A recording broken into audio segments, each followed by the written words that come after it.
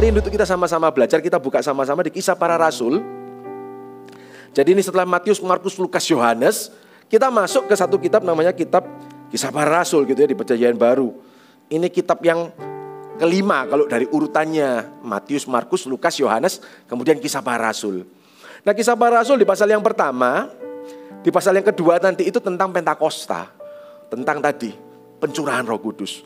Tapi kita belajar di pasal yang pertama ini, perikopnya sih judulnya Roh Kudus dijanjikan. Kita baca dari ayat yang pertama ya. Dikatakan di Kisah Para Rasul yang pertama, ayat yang pertama.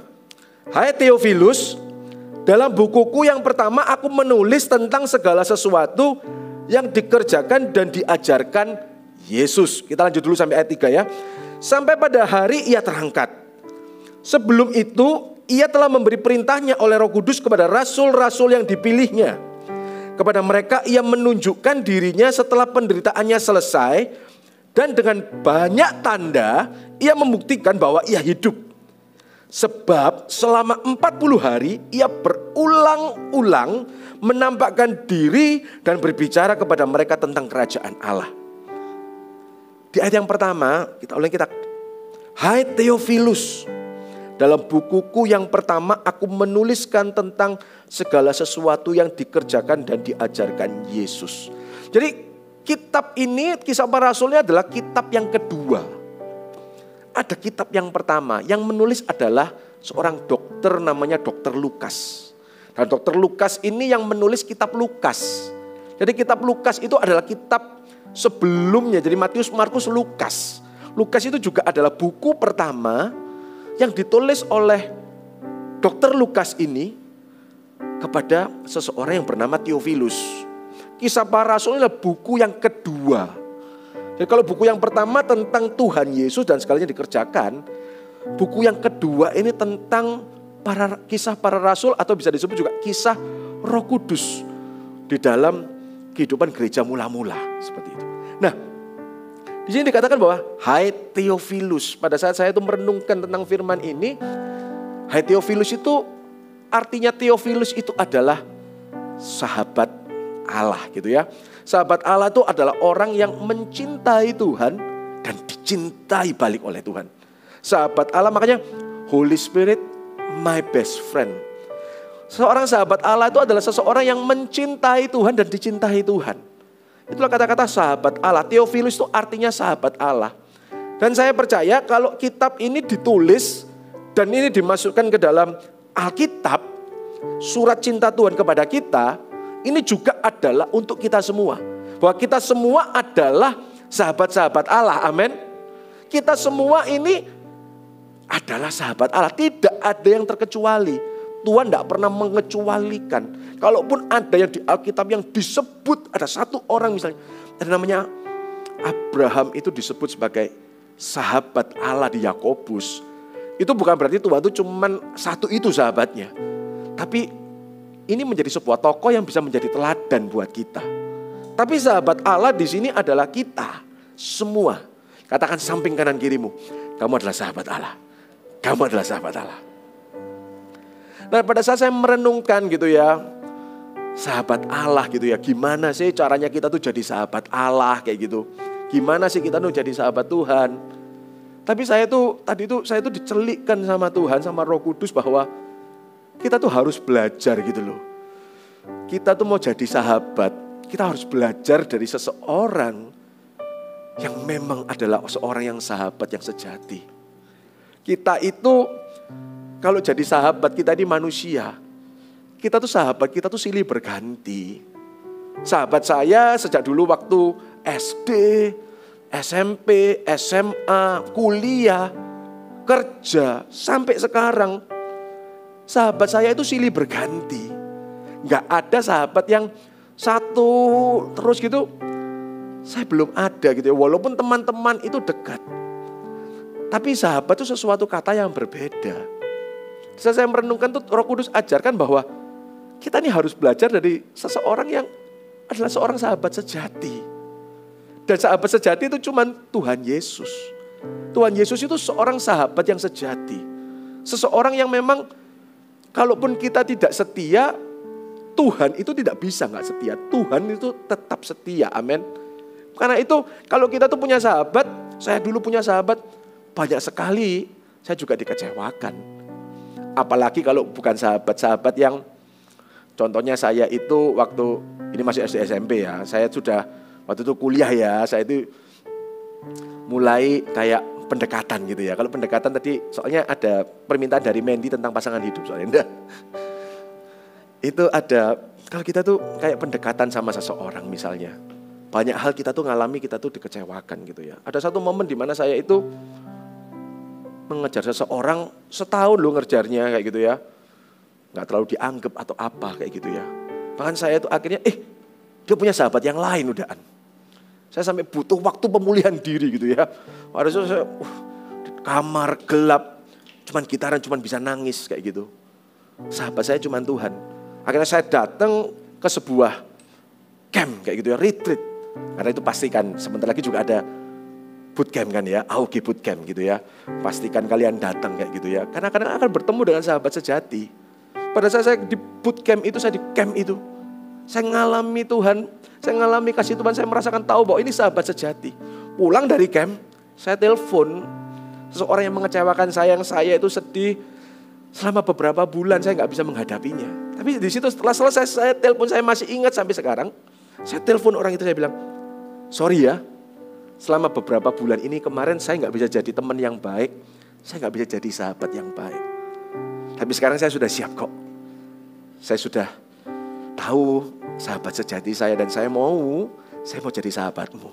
Saya tetap mau. Sampai sekarang kita jadi teman. Dia ada di CG dan segalanya. Sama suaminya pun saya berteman seperti itu.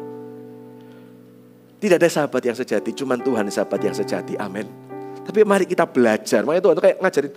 Saya tuh tadi ngurunungkin gitu ya. Jujur aja Bintoro gitu ya. Koko Bin ini tadi sudah saya kasih poin-poinnya. Saya sampai rubah karena Roh Kudus yang ngajarin kayak, kamu ini harusnya belajar dari Yesus, Tuhan Yesus. Tuhan Yesus ini loh sahabat yang sejati. Mari kita sama-sama belajar. Di ayat yang kedua dikatakan, sampai pada hari, tadi kan Yesus sampai pada hari yang terangkat. Sebelum itu, ia telah memberi perintahnya oleh Roh Kudus kepada rasul-rasul yang dipilihnya. Kita bisa belajar bahwa yang pertama, Tuhan itu yang memilih kita. Yang pertama sebagai sahabat yang sejati, Tuhan Yesus itu ngajari bahwa Tuhan itu yang memilih kita. Walaupun kita tidak setia, Tuhan itu setia. Walaupun kita itu banyak dosa, tapi Tuhan yang memilih kita dan mengampuni kita. Mari kita sama-sama buka di dalam Yohanes ayat 15.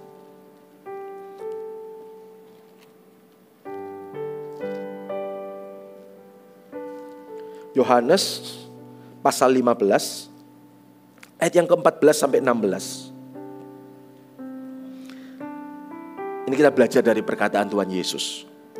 Kamu adalah sahabatku, jikalau kamu berbuat apa yang kuperintahkan kepadamu. Aku tidak menyebut kamu lagi hamba, sebab hamba tidak tahu apa yang diperbuat tuannya. Tetapi aku menyebut kamu sahabat, karena aku telah memberitahukan kepada kamu segala sesuatu yang telah kudengar dari Bapakku. Dan ayat 16. Bukan kamu yang memilih aku, tetapi akulah yang memilih kamu. Dikatakan di situ bahwa tetapi bukan kamu yang memilih aku, tetapi akulah yang memilih kamu. Tuhan Yesus itu kepada murid-muridnya, bukan murid-muridnya yang memilih Tuhan Yesus terlebih dahulu. Tetapi Yesus ini yang sudah terlebih dahulu memilih murid-muridnya dari Roh Kudus. Tuhan itu sudah memilih, Tuhan itu sebagai sahabat sejati. Tuhan itu yang sudah memilih kita untuk kita tuh menjadi sahabatnya, amin. Kalau kita tuh mau, Tuhan aku mau jadi sahabat Tuhan. Aku mau menjadi Holy Spirit, aku mau jadi your best friend. Gak usah takut, gak usah bingung, Tuhan aku masih penuh dosa, aku masih banyak salah. Aku masih banyak ngelakuin ini itu, aku masih banyak iri hati. Aku masih banyak ngelakuin hal yang gak baik, gak benar. Aku masih suka marah sama temanku. Aku marah sama sahabatku. Bahkan aku dikecewakan sama sahabatku. Aku dikecewakan sama temanku. Tapi ini yang Tuhan lakukan. Tuhan itu memilih. rasul-rasul pada saat sebelum mereka itu bertemu dengan Tuhan gitu ya. Sampai di sini sudah nonton The Chosen. Ada yang nonton atau nggak tahu ya? Luar biasa, nggak ada yang tahu ya. The Chosen. Ini memang tidak nonton film semua, luar biasa gitu ya. Itu film tentang Tuhan Yesus, seperti itu kan ya. Atau Jesus Revolution sudah nonton gitu ya. The Chosen itu kan film tentang Tuhan Yesus kayak gitu kan. Nah, di situ digambarkan bahwa mereka murid-murid Tuhan Yesus itu banyak mengalami masalah. Mereka itu menunggu Tuhan Mesias, Sang Mesias kayak gitu ya. Mereka banyak mengalami kekecewaan.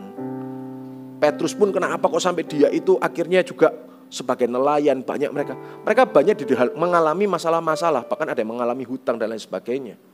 Mereka banyak mengalami masalah. Mereka banyak mengalami kekecewaan. Tetapi Tuhan itu yang memilih. Tuhan sudah memilih. Amin. Kalaupun Anda ada dalam kekecewaan, kalaupun mungkin Anda dikecewakan seorang sahabat Anda, teman Anda di sekolah, atau teman Anda, ataupun keluarga mungkin, saudara. Tapi ingatlah bahwa Yesuslah sahabat sejatimu. Amin. Yesus sahabat sejati. Dan Dia sudah memilihmu. Dia sudah memilihmu. Sama seperti saya juga. Saya ini adalah orang yang pertama yang menerima Tuhan sebagai Tuhan dan Juru Selamat di keluarga saya. Keluarga saya dari papa, mama, sampai ke atas gitu ya. Opa, oma, mak engkong semua itu, kakek, nenek. Itu bukan orang yang percaya sama Tuhan Yesus. Mereka bukan orang Kristen. Tetapi Tuhan memilih saya. Tuhan pilih saya. Tuhan jadikan saya sahabatnya. Sejak saya SD, saya itu mulai ikut Eagle Kids gitu ya. Mulai ikut yang namanya sekolah minggu dulu namanya. Tapi sampai akhirnya saya kuliah, saya dibaptis. Saya dibaptis. Dan sekarang adik saya, mama saya, papa saya, ada keluarga-keluarga, semuanya ngalami Tuhan, semuanya dimenangkan sama Tuhan. Tuhan sudah pilih, amin. Tuhan sudah memilihmu. Jangan kecewa, jangan putus asa. Tuhan yang memilihmu, amin. Ayo kita belajar sama Tuhan. Tuhan adalah sahabat sejati. Tuhan sahabat yang paling setia dan Tuhan sudah memilih kita semua, amin.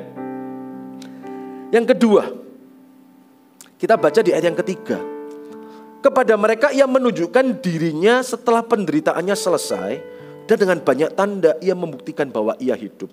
Yang dikatakan bahwa jadi Tuhan Yesus setelah bangkit, Tuhan itu menunjukkan dirinya dengan banyak tanda, ia membuktikan bahwa ia itu hidup. Kenapa sih kok Tuhan itu sampai harus menunjukkan diri kepada banyak orang gitu ya, kepada murid-muridnya. Dia menunjukkan bahwa dia itu hidup gitu loh. Kan dia udah mati, dia udah bangkit. Dia udah melakukan pekerjaannya. Dia udah melakukan visinya, misinya. Tapi Tuhan itu, Yesus itu, makanya Yesus itu sahabat yang sejati. Dia tahu bahwa kondisi dari murid-muridnya, dari sahabat-sahabatnya, mereka itu pada saat itu, mereka tuh gak ngerti. Tuhan Yesus pada saat ngomong, pada saat sama bersama dengan mereka ngomong, nanti ya aku harus menderita dan aku harus mati. Tapi setelah itu 3 hari aku akan bangkit. Mereka tuh gak mengerti, murid-murid itu tidak mengerti. Mereka tuh mengira bahwa Tuhan Yesus ini adalah Mesias yang akan dipakai untuk membebaskan bangsa Israel dari jajahan Romawi. Mereka mengertinya bahwa Tuhan Yesus ini adalah seorang raja yang akan dipakai untuk memenangkan perang. Mereka ngertinya itu. Tapi Tuhan Yesus tahu bahwa mereka ini gak ngerti. Dan pada saat Tuhan Yesus mati di atas kayu salib, banyak mereka tuh yang kecewa, banyak mereka yang gak ngerti apa yang harus mereka lakukan. Salah satunya Petrus. Petrus itu sampai menyangkal Tuhan. Karena dia sendiri gak percaya bahwa, loh kok Tuhan Yesus mati? Ini Mesias yang aku percaya akan membebaskan aku dari bangsa Romawi, penjajahan Romawi. Membebaskan kita dari setiap penderitaan. Loh kok mati? Mereka pun sangat amat bingung. Petrus, murid-murid yang lain pun sangat bingung. Tapi Tuhan Yesus itu yang inisiatif. Seorang sahabat itu punya inisiatif. Tuhan Yesus itu yang datengin mereka, kasih banyak tanda supaya mereka percaya. Mari kita sama-sama baca di dalam pertama-tama di Lukas 24 ayat 10 sampai 11. Tuhan Yesus pertama-tama itu Tuhan Yesus menampakkan diri kepada seorang perempuan namanya Maria Magdalena dan juga beberapa perempuan yang lain di depan kuburnya gitu ya.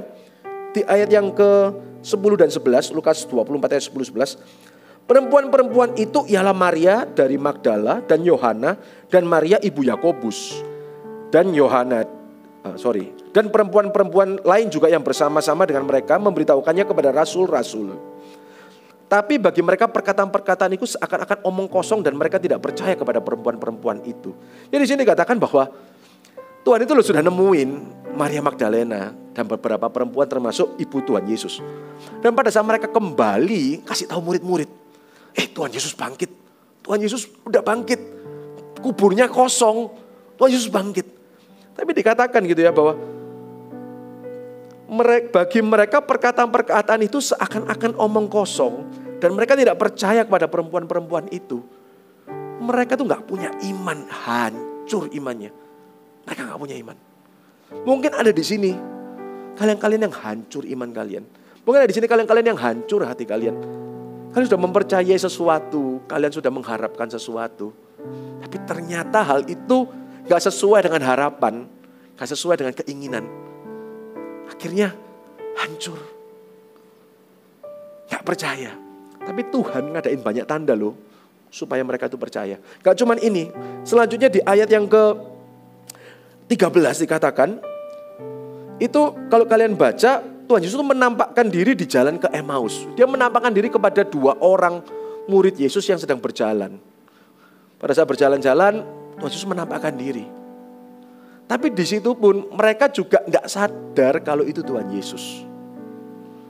Bahkan yang ketiga, Tuhan Yesus menampakkan diri ke semua murid gitu ya. Kita baca di pasal 24 ini ayat yang ke-36.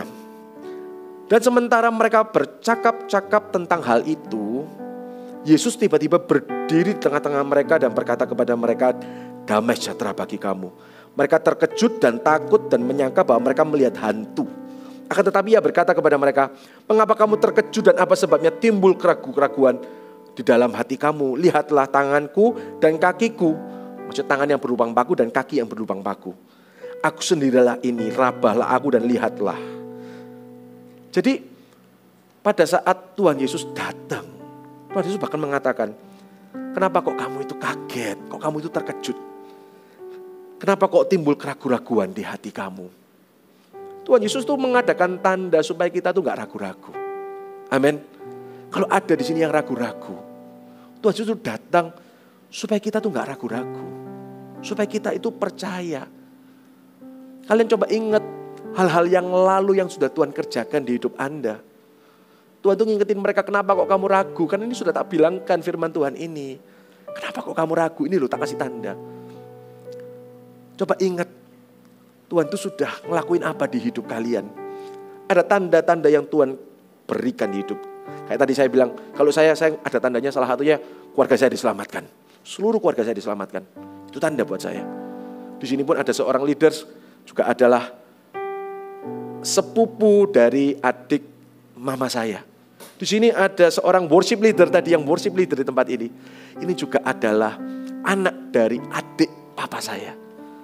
Tuhan bekerja luar biasa. Dan saya percaya ada tanda-tanda mujizat ajaib terjadi di hidup Anda. Karena Tuhan mau Anda percaya. Amin. Tuhan mau kita percaya. Saya pun pernah sakit, masuk rumah sakit sudah hampir mati. Tapi Tuhan juga tolong karena COVID gitu ya, Delta. Tuhan tolong, Tuhan kasih tanda. Supaya kita semakin percaya. Tapi gak cuma itu, ada lagi seorang yang namanya Thomas. Thomas ini waktu itu gak datang. Waktu Tuhan ketemu sama murid-muridnya, Thomas ini gak datang. Tapi Tuhan pun datengin Thomas akhirnya. Kita baca di Yohanes 20, ayat 24 sampai 28. Yesus menampakkan diri kepada Thomas. Tetapi Thomas, seorang dari ke-12 murid itu yang disebut Didimus, tidak ada bersama-sama mereka ketika Yesus datang ke situ. Maka kata murid-murid yang lain itu kepadanya, kami telah melihat Tuhan. Tetapi Thomas berkata kepada mereka, sebelum aku melihat bekas paku pada tangannya, dan sebelum aku mencucukkan jariku ke dalam bekas, ayat 24, paku itu dan mencucukkan tanganku ke dalam lambungnya, sekali-sekali aku tidak akan percaya. Next, selanjutnya. 8 hari kemudian murid-murid Yesus berada kembali dalam rumah itu dan Thomas bersama-sama dengan mereka. Sementara pintu-pintu terkunci, Yesus datang dan ia berdiri tengah-tengah mereka dan berkata, damai sejahtera bagi kamu. Next. Kemudian ia berkata kepada Thomas, taruhlah jarimu di sini dan lihatlah tanganku. Ulurkanlah tanganmu dan cucukkanlah ke dalam lambungku, dan jangan engkau tidak percaya lagi, melainkan percayalah. Tuhan itu sangat amat panjang sabar gitu loh. Bahkan kepada seseorang yang namanya Thomas, ini muridnya Tuhan Yesus gitu ya. Yang semua itu sudah mengalami, pertama Maria Magdalena, murid-muridnya yang lain juga ngelihat Tuhan. Dia masih gak percaya. Dia masih bilang, kalau aku gak melihat sendiri dan mencucukkan tanganku ke tangan yang berlubang paku dan lambung itu yang tertikam, aku gak akan percaya. Sampai akhirnya Tuhan datang. Tuhan pun menampakkan diri kepada Thomas. Kalau sampai kalian ada yang masih gak percaya, Tuhan tuh begitu mengasihi loh. Tuhan tuh sudah berkorban di atas kayu salib, tapi kasih belum percaya sama Tuhan. Masih belum. Tuhan itu sampai Tuhan tuh datengin Thomas. Tuhan akan datengin kalian. Minta sama Tuhan. Tuhan, aku minta pengalaman pribadi dengan Tuhan. Karena itu rindukan. Kalau mungkin Anda yang belum menerima Roh Kudus dengan tanda berbahasa roh, rindukan. Mungkin sudah minta berkali-kali. Sudah didoakan berkali-kali mungkin.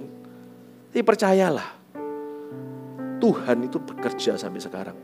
Roh Kudus bekerja. Amin. Roh Kudus akan menjamah. Jangan pernah menyerah. Percayalah. Tuhan kita tidak pernah berhenti kok. Tuhan kita tidak pernah menyerah. Sama Thomas pun yang seperti itu. Tuhan pun melakukannya. Orang yang seperti Thomas gitu ya. Yang percaya baru aja yang melihat baru percaya. Tuhan itu pakai luar biasa loh.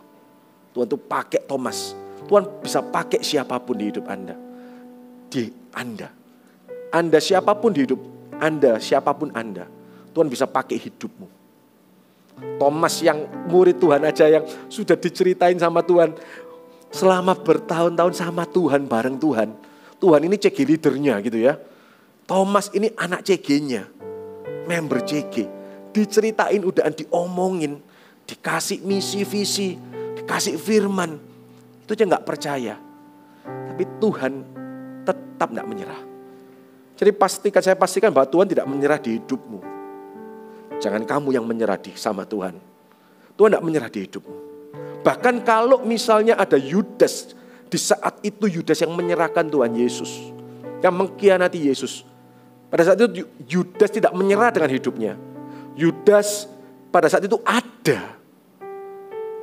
Tuhan Yesus pasti juga akan menemui Yudas.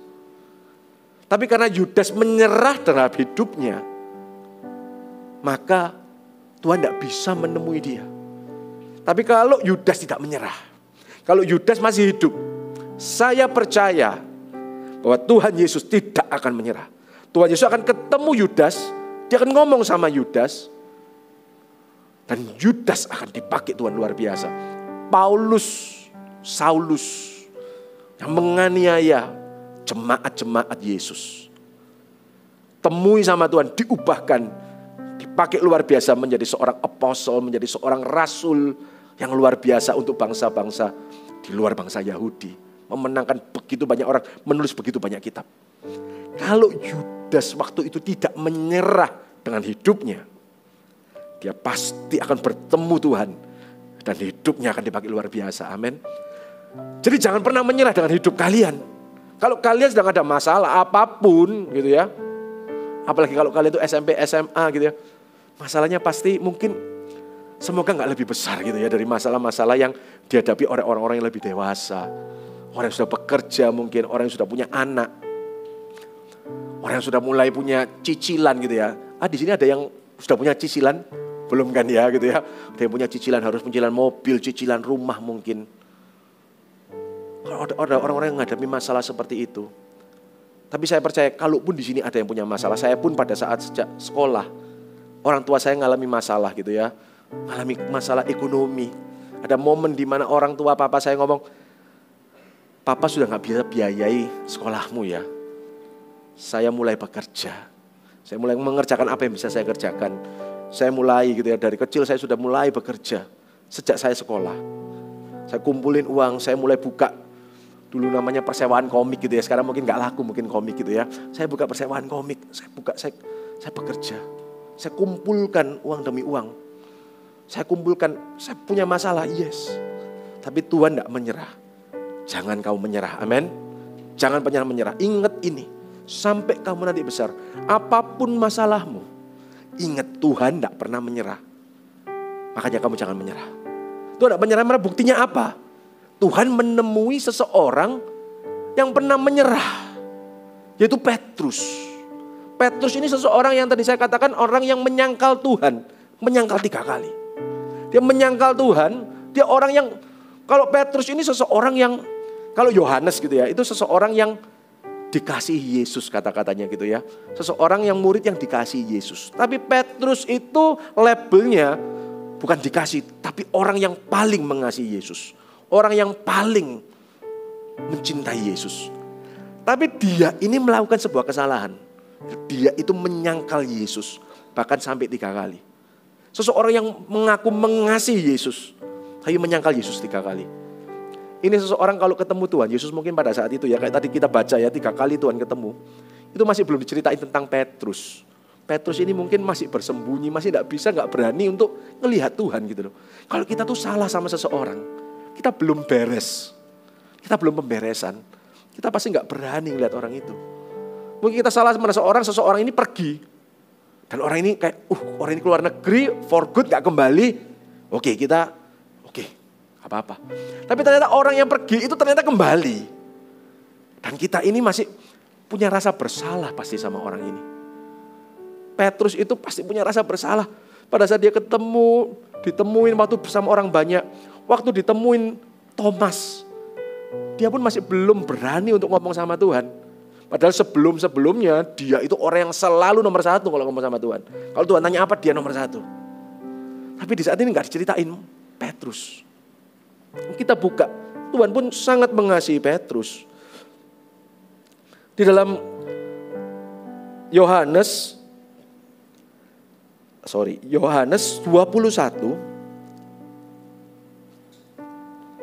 ayat ke-15 sampai 17.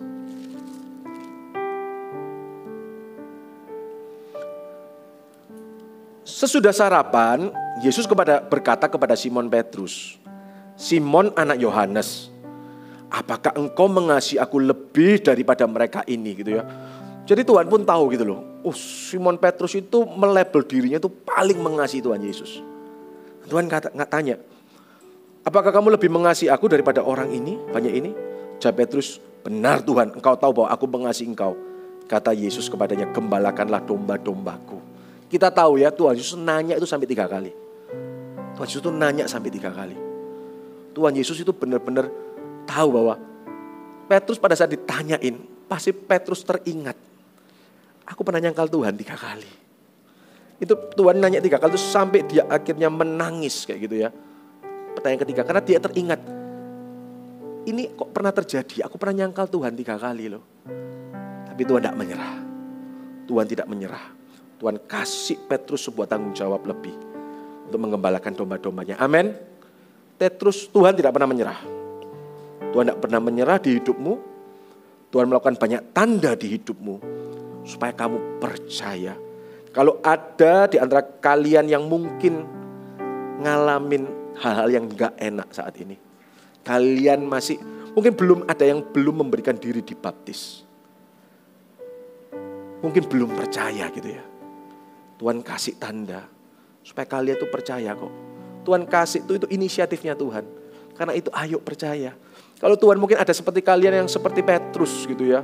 Seperti Thomas. Udah dipercayai sesuatu sama Tuhan. Dipercayai sesuatu sama CG leader kalian. Sama leaders kalian di CG. Ayo jadi sponsor ya. Ayo kamu next ya jadi CG leader ya. Tapi mungkin kalian belum mau, kalian belum percaya. Percayalah bahwa Tuhan itu yang akan perang di depanmu. Tuhan itu yang punya inisiatif. Responi aja sama Tuhan. Percaya aja. Tuhan sahabatmu, Tuhan yang akan menolongmu. Amin. Tuhan yang akan menolongmu. Jadi yang kedua, saya ingin katakan bahwa Tuhan itu berikan tanda supaya kita itu percaya. Dan yang ketiga, mari kita baca di dalam ayat yang ketiga. Kepada mereka ia menunjukkan dirinya setelah penderitaannya selesai dan dengan banyak tanda ia membuktikan bahwa ia hidup. Sebab selama 40 hari ia berulang-ulang menampakkan diri dan berbicara kepada mereka tentang kerajaan Allah. Tuhan itu berulang-ulang menampakkan diri dan berbicara tentang kerajaan Allah. Apa sih yang Tuhan bicarakan? Kenapa kok Tuhan tuh bicaranya itu tentang kerajaan Allah? Kalau kita tuh punya sahabat gitu ya. Kita tuh pasti seorang sahabat tuh pasti seseorang yang hubungannya dekat. Seorang sahabat itu nggak mungkin kalau nggak dekat, terus kalau kita ngomong apa dia nggak mengerti, nggak nyambung omongannya, nggak mungkin. Itu jadi seorang sahabat. Seorang sahabat tuh karena kita tuh kayak ngomong tuh nyambung. Ini loh best friendku. Ngomong dikit, dia udah ngerti apa mauku. Belum ngomong semuanya selesai, dia udah ngerti. Omongannya tuh nyambung, omongannya tuh satu frekuensi gitu. Omongannya itu ngerti. Tuhan itu di sini dikatakan bahwa berulang-ulang Tuhan itu menampakkan diri dan berbicara kepada mereka tentang kerajaan Allah. Kita itu harus belajar dari Tuhan. Kita harus punya hati yang tuh satu frekuensi sama Tuhan. Tuhan itu kalau ngomong itu tentang kerajaan Allah. Kalau murid-muridnya awal-awalnya itu merasa bahwa Mesias itu untuk membebaskan mereka dari bangsa Romawi. Tapi Tuhan itu mau ngomong bahwa aku ini datang untuk memberikan kamu itu hidup. Dan hidup dalam kelimpahan. Dan akan memberikan kamu hidup yang kekal.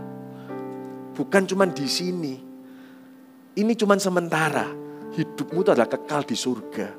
Tuhan itu pengen mengatakan bahwa ayo aku tuh datang untuk memberitahukan kamu rencana-rencanaku. Yaitu hidup yang kekal yang Tuhan berikan. Makanya jangan kita tuh fokusnya cuma di sini. Jangan fokusnya cuma apa yang ada di dunia ini. Tapi fokuslah pada apa yang menjadi isi hati Tuhan. Apa yang menjadi kesenangan hati Tuhan. Seseorang sahabat tuh pasti kalau sahabatnya suka apa, dia juga pengen untuk melakukan itu. Sahabatnya rindu apa, dia pasti pengen melakukan itu. Itulah seorang sahabat. Dan Tuhan itu memberitahukan loh hal-hal yang rahasia kepada kita. Amin. Apa sih yang Tuhan mau kalau kita sebagai seorang sahabat? Di ayat yang terakhir kita baca di Yohanes. Ayat yang pasal yang ke-15.